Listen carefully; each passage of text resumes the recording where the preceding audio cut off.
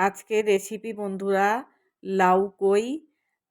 প্রথমে আমি কড়াইতে সর্ষের তেল দিয়ে লবণ হলুদ মাখিয়ে কই মাছগুলোকে ভেজে নিচ্ছি। আমার কই মাছ ভাজা হয়ে গেছে।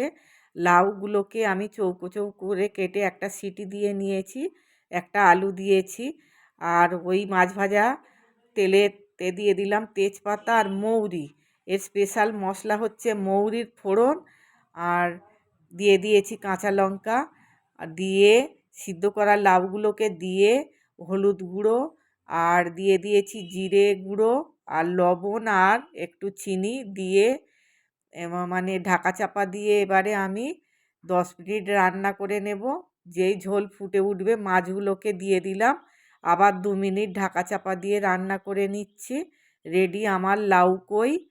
রেসিপিটা তোমরা বন্ধুরা একবার ট্রাই করে দেখবে, গরম ভাতের সাথে দারুণ লাগে।